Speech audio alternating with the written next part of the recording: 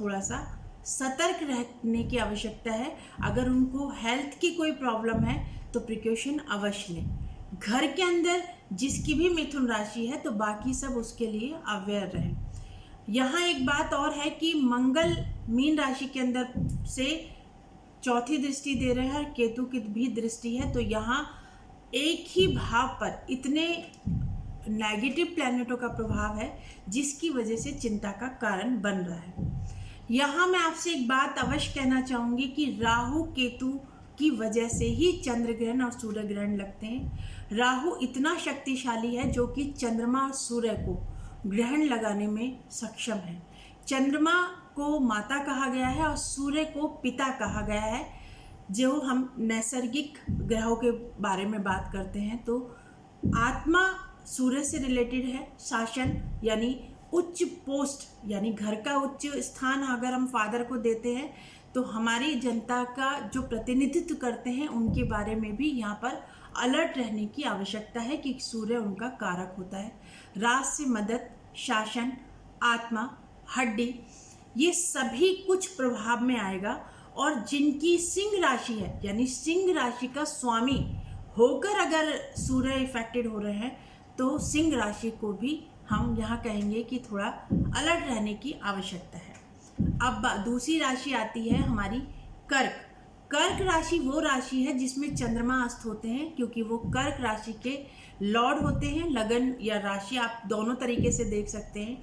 वो अस्त है और अस्त होने के बाद राहु केतु मंगल के प्रभाव में रहेंगे तो यहाँ पर हमें अलर्टनेस की आवश्यकता अवश्य पड़ेगी। सिंह राशि, कर्क राशि, मिथुन राशि और धनु राशि के अंदर जो कि इसका सामने केतु बैठे हैं, यहाँ अलर्ट रहने की आवश्यकता है।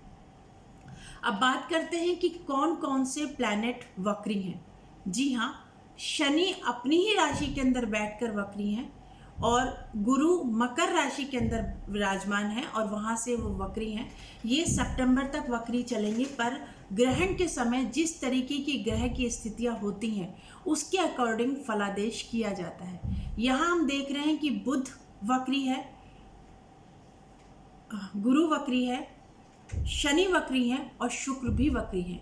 4 जो हैं ग्रह वक्री रहे और उसके बाद राहु केतु तो वक्री होते ही होते हैं। तो कुल मिलाकर 6 प्लैनेटों का वक्री होना और 21 जून के दिन ग्रहण का पड़ना, और जो लगन पड़ रही है वो पड़ रही है जिस लगन के अंदर ग्रहण जो है पूरे अपने चरम पे होगा, जो कि भारत के अंदर देखा जाएगा, वो पड़ रही है कन्या लगन।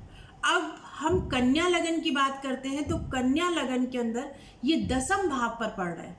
यानी अगर हम सामने वाले व्यक्ति के कि इस समय अगर हम पूरे देश उस स्थिति को माने कि जिस समय ग्रहण पड़ रहा है कौन सा भाव इफेक्टेड होगा, तो काम, कारोबार, फादर का धन कहा जाए या आपका कर्म क्षेत्र कहा जाए, जो ये सारी जगह इफेक्टेड होती नज़र आ रही है इस ग्रहण के कारण। और सभी ग्रहों का वक्री होना यानी उल्टी चाल चलना भी इंडिकेट कर रहा है कि ये ग्रह और ग्रहों से कुछ अलग है, और अलग है तो अलर्टनेस की भी आवश्यकता है। यहाँ आपको मैं राशि वाइज भी बताऊंगी, पर साथ साथ ये इतना सब बताने के बाद आपको भयभीत होने की आवश्यकता नहीं, अलर्ट रहने की आवश्यकता है। पर इस पीरियड के अंदर अपने लग्नेश को हर एक को स्ट्रॉन्ग करना है। लग्नेश यानी कि जिस लगन में आपकी राशि हो या लग्नेश है उसको स्ट्रॉन्ग करके चलना है। हमारे साथ ही कलर है और साथ ही हम जो है कलरों को स्ट्रॉन्ग करके चलेंगे 7 ग्रहों को, तो हमारी लगन स्ट्रॉन्ग हो जाती है।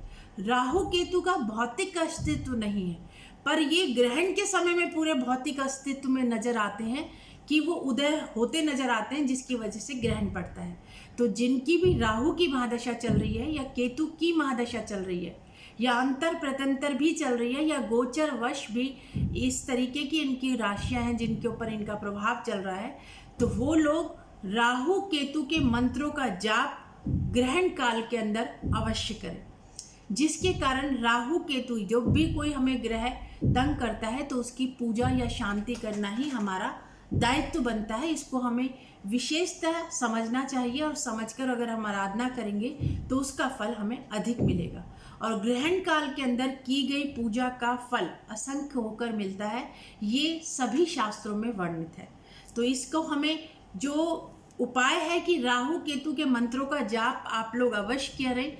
और जब ग्रहण शुरू हो, यानी कि ये जब शुरू हो रहा है, ये 10:23 से स्टार्ट हो रहा है और इसका जो समय रहेगा दोपहर 1:47 तक, यानी कि 3 घंटे 24 मिनट की अवधि है पूरी की पूरी, जिसके अंदर आप पूजा कर सकते हैं। और जो इसका मेन बीच का टाइम है वो 12:17 है, जो कि कन्या लगन के अंदर ये फलीभूत हो रहा है। मृगशिरा जिनका नक्षत्र है उनको मृगशिरा के स्वामी की पूजा करनी चाहिए। और कर्क लगन है तो क्योंकि चंद्रमास होके चल रहे हैं तो दूध दही पनीर पानी ज़्यादा लें, मोती नग धारण करके चलें। सिंह लगन है तो माणिक नग अवश्य पहने और सूर्य उदय से पहले उठने का प्रयास करें और सूर्य आराधना अवश्य करें, तो ये आपके लिए काफ़ी श्रेष्ठ रहेगा। फादर के साथ रिलेशन अच्छे रखें। कर्क लगन है तो मदर के साथ आपके रिलेशन अच्छे रखें, क्योंकि अगर चंद्रमा इफेक्ट है तो हमारा मन, मस्तिष्क, हमारा संवेदना, ये सभी कुछ इफेक्टेड होके चलती हैं। तो एक तरीके से देखा जाए तो ये ग्रहण जो प्रेम प्रभाव इनको भी कहीं कमी करता हुआ नजर आ रहा है, कहीं ना कहीं हर्ट होते हुए नजर आएगा व्यक्ति, क्योंकि चंद्रमा जो इफेक्टेड होके चल रहा है और इतने जो बुध के साथ बैठा है वो भी उसका एक तरह से कहा जाए कि मित्र भाव नहीं है, और राहु और मंगल का प्रभाव है, केतु का प्रभाव है। ये सभी प्रभाव जब चंद्रमा पे पड़ते हैं तो मन बहुत खिन्न उदास रहता है। इसमें हमें बूस्टअप होते रहना चाहिए, एनर्जेटिक रहना चाहिए। इसका एक ही साधन है, हमें अध्यात्म की तरफ बढ़ना, ईश्वर की तरफ ज़्यादा से ज़्यादा ध्यान लगाना और अपनी इम्यूनिटी यानी कि अपने शरीर को मजबूत करना, खाने पीने पर विशेष ध्यान देना। आयुर्वेद से संबंधित चीज़ों को समझकर अगर हम उपयोग करेंगे तो अपने शरीर को हम स्वस्थ रख पाएंगे, और ये स्वस्थ शरीर ही हमें किसी भी परेशानी से, शरीर स्वस्थ है तो हमारे विचार स्ट्रांग होंगे और स्वच्छ होंगे, तो हम किसी भी परिस्थिति से लड़ सकते हैं।